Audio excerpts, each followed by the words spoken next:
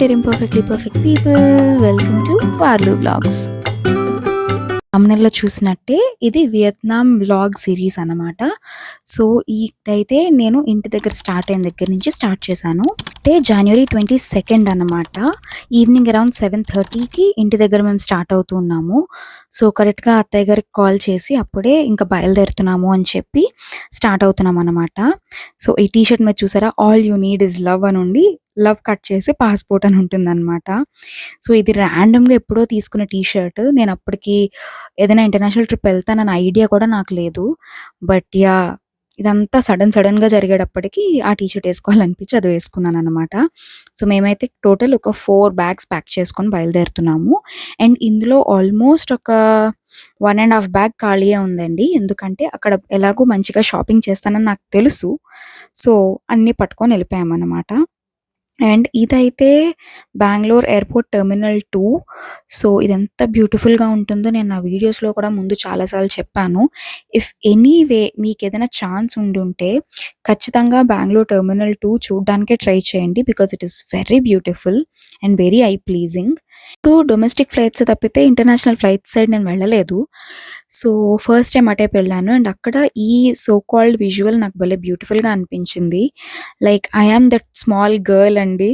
నేను ఇలా ఎప్పటికీ ఫ్లైట్ ఎక్కుతానో అనుకునేదాన్ని ఒకప్పుడు. అలాంటిది బ్యాక్ టు బ్యాక్ ఫ్లైట్స్లో తిరగగలుగుతున్నాను అంటే I'm really proud of my self and I'm very very thankful to God at a point. ఎందుకంటే అసలు ఎప్పటికైనా ఫ్లైట్ ఎక్కుతానా అనుకునే రోజు నుంచి నాకు నచ్చినప్పుడు నేను ఫ్లైట్ ఎక్కగలుగుతున్నాను అంటే అది నేను నా లైఫ్లో అచీవ్మెంట్గానే ఫీల్ అవుతాను. అండ్ ట్రస్ట్ మీ, దేవుడు బ్లెస్సింగ్స్ ఉండాలి అండ్ మన కష్టం కూడా ఉండాలి మన కోరికలు నెరవేరాలంటే అని నేను నమ్ముతాను. So yeah, no drama. అయితే మాకు ఈ వియత్నాం ఎయిర్లైన్స్లో అయితే పిల్లో అండ్ బ్లాంకెట్ కూడా ఇచ్చారు. I felt that really nice. ఎందుకంటే చాలాసార్లు ఫ్లైట్లో నాకు చలేసేస్తుంది. సో బ్లాంకెట్ ఉండడం నాకు భలే అనిపించింది. అండ్ దిగగానే మేమైతే ఎర్లీ మార్నింగ్ దిగాము. అండ్ మీరు ఒకవేళ ఎప్పుడైనా ట్రావెల్ చేస్తే మీకు తెలుస్తుంది, హోటల్స్కి ఒక సర్టెన్ టైమింగ్ ఉంటుంది కదా మనకి చెక్ ఇన్ చేయడానికి. సో మా హోటల్ అయితే 2 PM చెక్ ఇన్. మేము మార్నింగ్ ఆ ఏరియాకి ఆ స్ట్రీట్కి రీచ్ అవ్వడానికి అరౌండ్ 8 o'clock అయ్యింది.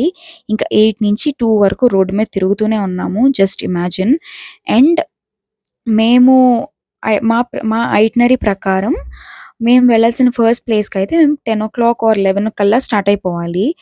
ఇంకా చూసుకోండి, మేము ఆల్మోస్ట్ హోటల్లో ఉన్న కామన్ వాష్రూమ్ దగ్గర రెడీ అయ్యాము. అసలు నా లైఫ్లో నేను ఎప్పుడు ఇలా కామన్ వాష్రూమ్లో రెడీ అవుతాను అనుకోలేదు. ఎందుకంటే అదంత క్లీన్గా కూడా లేదు. బట్ మేము రెడీ అవ్వాలి, మాకు ఆప్షన్ లేదు. అండ్ చలి ఉందండి. ఎంత చలి ఉందంటే బా, నేను ఆల్రెడీ 2 స్వెటర్లు పట్టుకెళ్ళాను. ఆ 2 సరిపోలేదు. సో పిచ్చగా చలేసింది అనమాట. అండ్ ఆ స్ట్రీట్లోనే వీధి చివరికి ఒక కాఫీ షాప్ కనిపిస్తే ఇంకక్కడికి వెళ్ళి కనీసం కాఫీ తాగుదాము అని వెయిట్ చేస్తున్నాం అనమాట. అండ్ ఈయన ఎక్కడుంటే అక్కడికి డాగ్స్ వచ్చేయడం నార్మలే కదా. అండ్ అక్కడ కాఫీ కలర్ షర్ట్ అమ్మాయిని చూసారా, ఆవిడే ఓనర్. ఎక్కడైనా ఆవిడ కాఫీ షాప్ ఓనర్లా ఉందా, ఏదో హీరోయిన్ లేకపోతే ఈ కొరియన్ డ్రామాలో హీరోయిన్లా ఉంది ఆవిడ. సో ఇక్కడ నేను వియత్నాంలో అబ్జర్వ్ చేసింది ఏంటంటే అందరూ రెడీ అవ్వడానికి చాలా ప్రిఫరెన్స్ ఇస్తారండి. లైక్ ఫస్ట్ ఆఫ్ ఆల్ వాళ్ళకి ఫ్లాలెస్ స్కిన్ ఉంటుంది. Okay, good hair, good skin.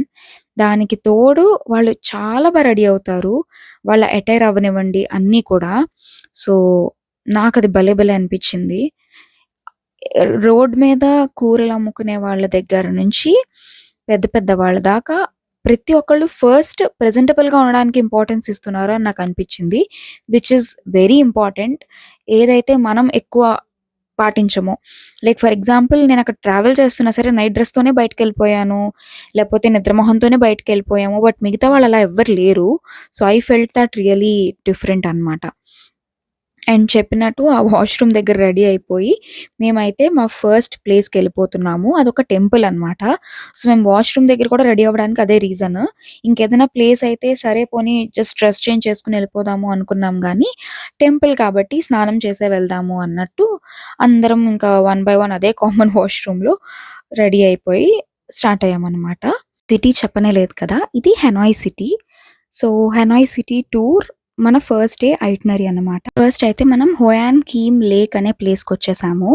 ఇక్కడ ఒక స్పెషాలిటీ ఉంది. యాక్చువల్లీ ఈ ప్లేస్ మన ఇండియాతో రిలేట్ అయి ఉంది. అదేంటి అన్నది మీకు చెప్పేస్తాను, చూసేయండి. సో ఈ ట్రీ ఏదైతే ఉందో ది మన ఇండియా నుంచి తీసుకొచ్చి నాటారట. అంటే ఒక చిన్న మొక్కను తీసుకొచ్చి ఇక్కడ నాటారట. అండ్ అది ఎక్కడిది అంటే బుద్ధుడికి జ్ఞానోదయమైన వృక్షం అంటాం కదా, సో ఆ ట్రీని పట్టుకొచ్చి ఇక్కడ నాటారట. అండ్ ఆవిడ మా గైడ్, ఆవిడ అదే చెప్తున్నారు. అండ్ ఇక్కడ మీరు ఎక్కడ చూసినా వాళ్ళు ఇలా అగరవత్తులు వెలిగిస్తారు. ఐ డోంట్ నో వీళ్ళకి ఈ పువ్వులు పెట్టడం, హారతిలు ఇవ్వడం ఇదంతా మనలా ఉందో లేదో నాకు ఐడియా లేదు. బట్ ఏది పడితే అదే ప్రసాదం పెడతారు. లైక్ ఒక కూల్ డ్రింక్ బాటిల్ దగ్గర నుంచి, చిప్స్ ప్యాకెట్ దగ్గర నుంచి ఏది పడితే అది నైవేద్యం పెడతారు. అండ్ ఖచ్చితంగా ప్రతి చోట flower bouquets and flower decorations ఉన్నాయి. అండ్ అగరవత్తులు ఇస్ మ్యాండటరీ అన్నమాట. సో ఇదంతా కూడా ఆ ప్లేస్. అండ్ అందరూ వచ్చి ఇక్కడ దర్శనం చేసుకుంటారట. అండ్ ఎవ్రీ న్యూ ఇయర్కి వచ్చి ఇక్కడ దర్శనం చేసుకొని మాకు కూడా జ్ఞానం రావాలి అన్నట్టు దండం పెట్టుకుంటారంట. So I felt that very nice. And వాళ్ళకి ఇండియాతో ఇలా సో కాల్డ్ కనెక్షన్ ఉండడం నాకు భలే అనిపించింది. అండ్ ఈ లేక్ అయితే వెరీ వెరీ బ్యూటిఫుల్ అండి. చాలా బాగా అనిపించింది. అక్కడ నుంచి అసలు కదల బుద్ధి కాలేదు. బట్ చాలా చల్లగా ఉంది, at the same time very pleasant.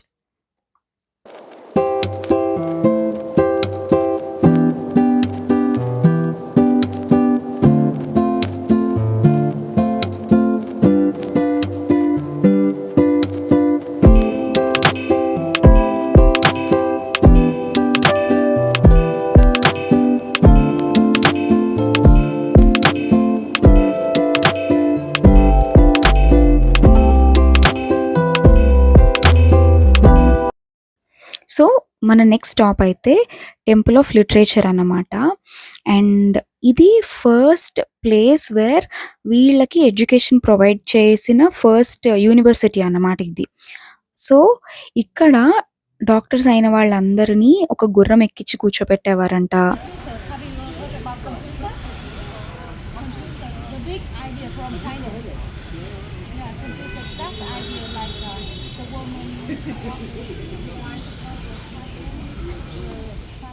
చెప్పాను కదా ఇందాక చెప్తున్నట్టు, ఒక 200-300 మంది చదువుకుంటే అందులో ఒకళ్ళో ఇద్దరో డాక్టర్ అయ్యేవారట. సో అలా అయిన వాళ్ళని ఒక గుర్రం ఎక్కి కూర్చోపెట్టి లైక్ అదొక ప్రౌడ్ మూమెంట్ లాగా ఊరేగించేవాళ్ళు అనమాట. లైక్ వీళ్ళు డాక్టర్ అయ్యారా హో అన్నట్టు.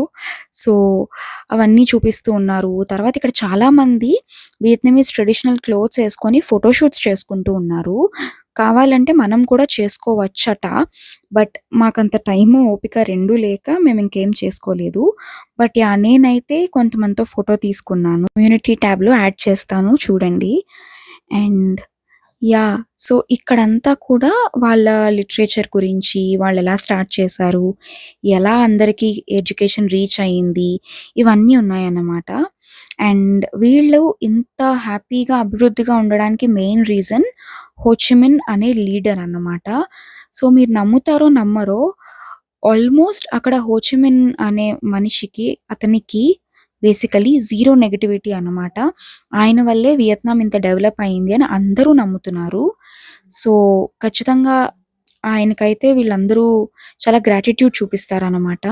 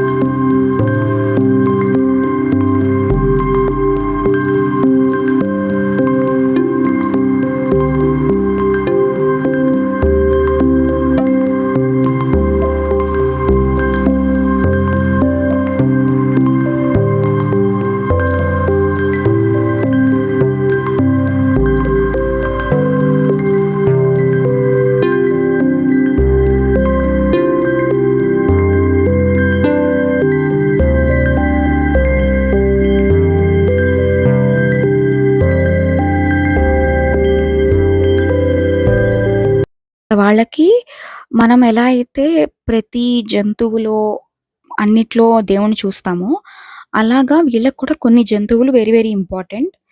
అవేంటి అంటే ఆహ్, యూనికార్న్ ఒకటి, డ్రాగన్ ఒకటి, తర్వాత టార్టాయిస్ ఒకటి, ఇలా ఇంకొక 2 ఉన్నాయి. నేను మీకు ఏదో ఒక వీడియోలో ఖచ్చితంగా చెప్తాను. సో, ఈ 5 యానిమల్స్‌ని వీళ్ళు చాలా ఎక్కువ ప్రే చేస్తారు.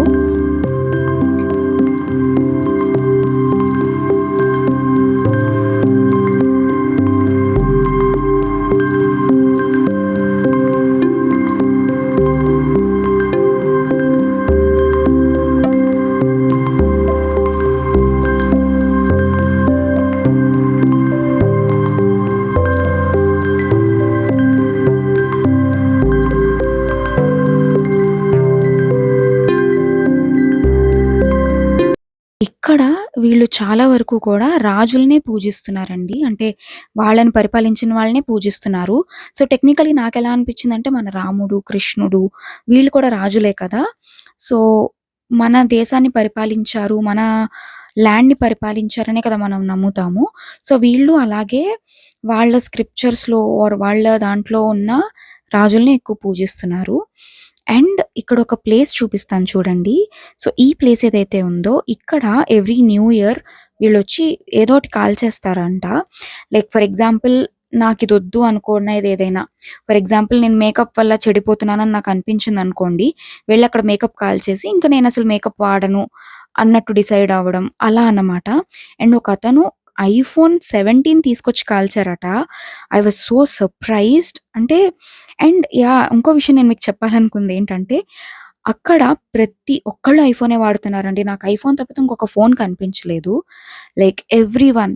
ఆఖరికి రోడ్లు స్వీప్ చేసేవాళ్ళు కూడా ఐఫోన్సే వాడుతున్నారు.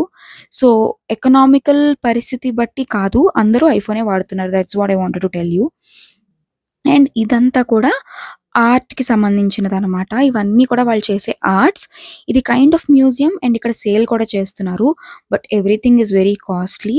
ఆబ్వియస్‌గా టూరిస్ట్ స్పాట్‌లో కాస్ట్‌లీగానే ఉంటాయి కదా! సో, అన్నీ చాలా కాస్ట్‌లీగా ఉన్నాయి. But yeah! ఈయనే హోచిమిన్ అన్నమాట. సో, నేను చెప్పినట్టు ప్రతీదీ నైవేద్యం పెడుతున్నారండి. లైక్ ఫ్రూట్స్, కొన్ని చోట్ల నేను థమ్స్ అప్ క్యాన్స్ చూసాను.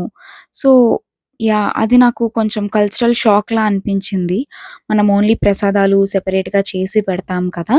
సో, ఆబ్వియస్‌గా ఎవ్రీ కంట్రీకి ఒక కల్చర్ ఉంటుంది. సో, ఇది నేను ఎక్స్‌ప్లోర్ చేయడం నాకు భలే అనిపించింది. అండ్ ఈ పర్టిక్యులర్ ప్లేస్‌లో వుడెన్ కార్వింగ్స్ అయితే చాలా చాలా బావున్నాయి. అండ్ ఒక ప్లేస్ ఉంది, మీకు ఈ వీడియోలోనే ఎక్కడో ఒకటి చూపిస్తాను. మొత్తం మ్యాప్ అంతా కూడా వుడెన్ కార్వింగ్‌తో చేశారు. అది చాలా బ్యూటిఫుల్‌గా ఉంది. అండ్ నేను చెప్పాను కదా ఇక్కడ రాజుల్ని ఎక్కువ పూజిస్తారని. ఈ ముగ్గురు రాజుల వల్ల వీళ్ళ కంట్రీ చాలా డెవలప్ అయిందని వీళ్ళు నమ్ముతారన్నమాట. సో, వాళ్ళకైతే సెపరేట్‌గా ఇలా ఈ టెంపుల్‌లోనే ఒక సెపరేట్ పార్ట్ ఉంది. ఒక ప్లేస్ ఉంది. సో, అందరూ వచ్చి ఇక్కడ దర్శనం చేసుకొని వెళ్తూ ఉంటారు. ఫెస్టివల్స్ అప్పుడు అండ్ స్పెషల్ అకేషన్స్ అప్పుడు. అండ్ నేను చెప్పినట్టు ఈ బయట కూడా మనం ఎలా అయితే గోదావరిలో వాటిలో రూపాయలు ఆర్ చేంజ్ ఏదైతే విసురుతూ ఉంటామో, అలా వీళ్ళు ఈ టెంపుల్ మించి విసురుతారట. నేను 50,000, 1,00,000, 5,00,000 కూడా చూసాను. So, yeah! నాకేమనిపించిందంటే వీళ్ళు మనీకి అంత ఇంపార్టెన్స్ ఇవ్వరేమో అని నాకనిపించింది సమ్‌వేర్. ఎందుకు అంటే నాకు స్పెసిఫిక్ రీజన్ ఏం చెప్పలేను గానీ, నాకలా అనిపించింది. వీళ్ళ లైఫ్ స్టైల్ గానీ, వీళ్ళ విధానం గానీ చూసిన తరువాత. అండ్ ఆ రోజు స్పెషల్ ఏంటో నాకు తెలీదండి. ఇలా చెప్పినట్టు అందరూ ఫోటో షూట్‌లే చేసుకుంటున్నారు వాళ్ళ ట్రెడిషనల్ అటైర్‌లో. ఐ డోంట్ నో స్పెషల్ ఏంటి అన్నది. అండ్ ఇది చూసారా? స్టూడెంట్స్ ఇలాంటి వాటి మీద రాసుకునేవారట. అది కూడా ప్రిజర్వ్ చేశారు. అండ్ ఇదే నేను చెప్పిన వుడెన్ కార్వింగ్ మొత్తం నీట్‌గా కార్వ్ చేసి ఎలా ఉండేది, ఏంటి అని అన్నీ ఉంచారు. So, I felt that very beautiful. ఇలాంటివి ఉంచడం వల్ల మన కల్చర్ ఏదైతే ఉందో ఆర్ మన లైఫ్ స్టైల్ ఏదైతే ఉందో అది నెక్స్ట్ తరాలకు కూడా తెలుస్తుంది కదా! So, I felt that really nice. And ఇక్కడ చాలా గ్రీనరీ ఉంది. అండ్ ఇందాక చెప్పాను కదా! గుర్రాల మీద ఊరేగించేవారు అని.